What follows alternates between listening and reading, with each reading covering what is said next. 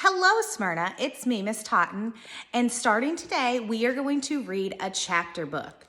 Our chapter book we're going to read is Harry Potter and the Sorcerer's Stone by J.K. Rowling. She has given permission to read this story, so today we're going to start with Chapter 1, The Boy Who Lived.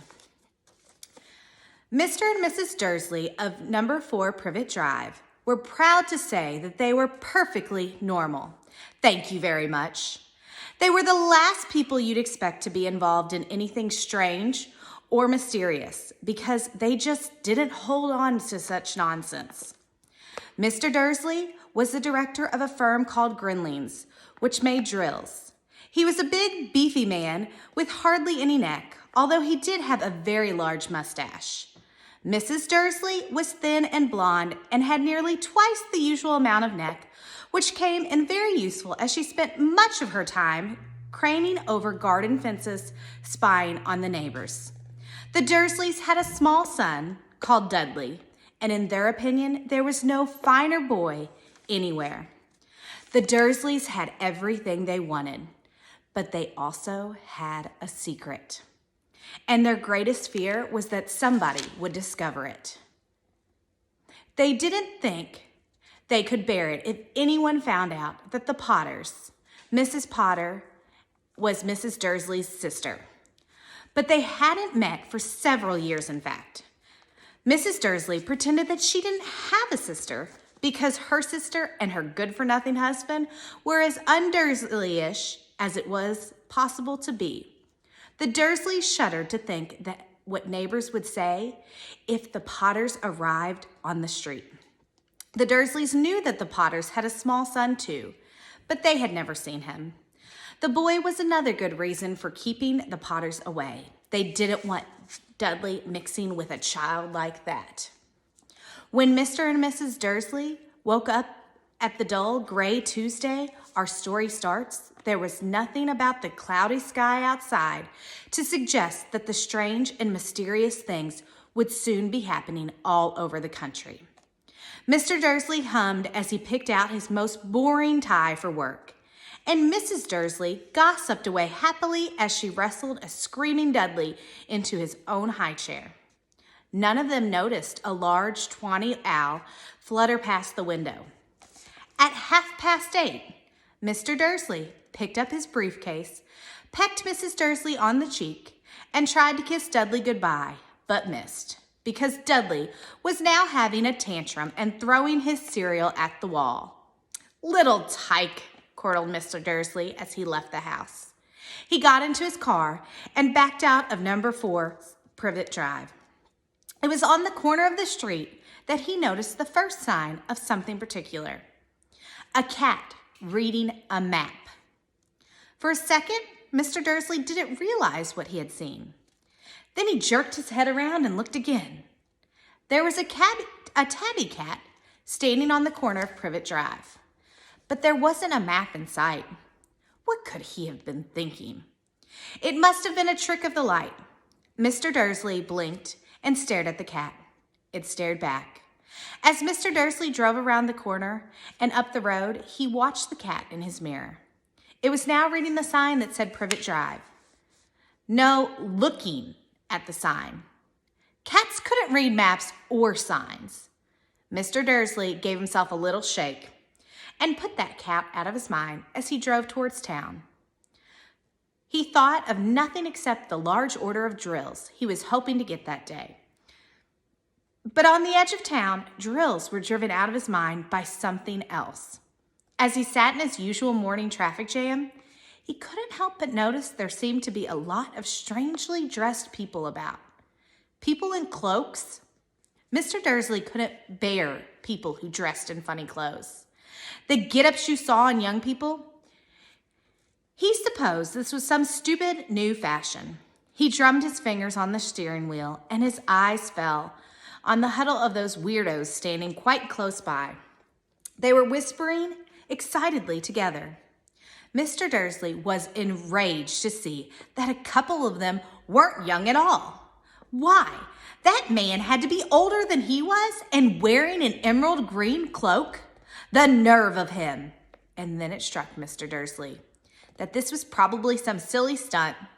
These people were obviously collecting for something. Yes, that would be it.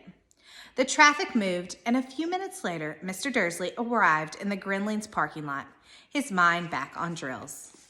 Mr. Dursley always sat with his back to the window in his office of the 9th floor. If he hadn't, he might have found it harder to concentrate on drills that morning. He didn't see the owl swooping past in the broad daylight, though people down in the street did. They pointed and gazed up, open mouth, as owl after owl sped overhead. Most of them had never seen an owl in the daytime. Mr. Dursley, however, had a perfectly normal owl-free morning.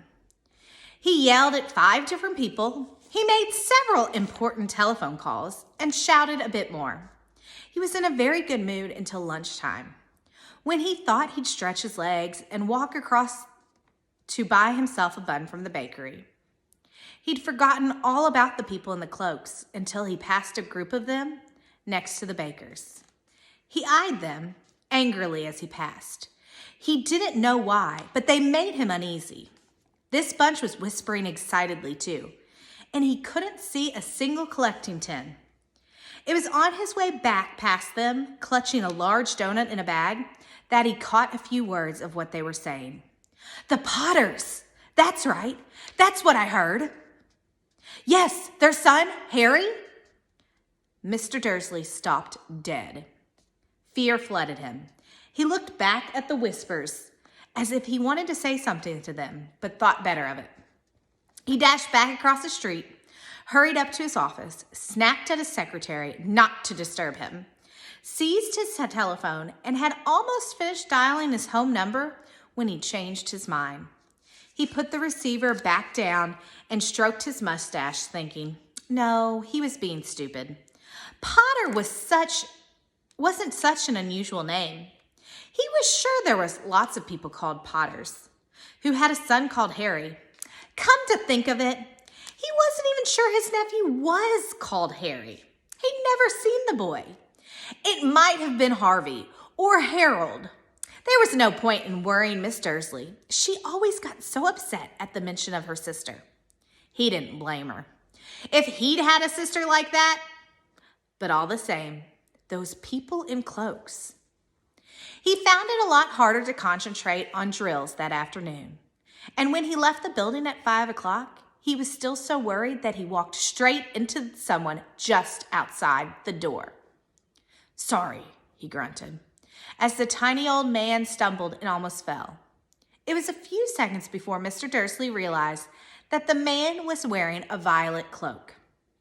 He didn't seem at all upset at being almost knocked to the ground.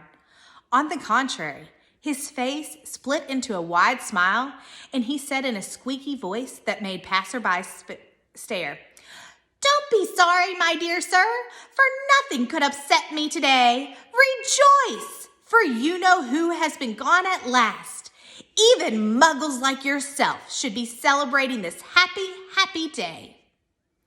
And the old man hugged Mr. Dursley right in the middle and walked off. Mr. Dursley stood rooted on the spot. He had been hugged by a complete stranger. He also thought he had been called a muggle, whatever that was. He was rattled.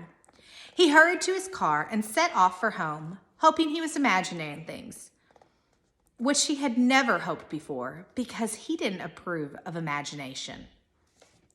As he pulled into the driveway of number 4, the first thing he saw, and it didn't improve his mood, was the tabby cat he'd spotted this morning. It was now sitting on his garden wall. He was sure it was the same one. It had the same markings around its eyes. Shoo, Mr. Dursley said loudly. The cat didn't move. It just gave him a stern look. Was this normal cat behavior? Mr. Dursley wondered. Trying to pull himself together, he let himself into the house. He was still determined not to mention anything to his wife.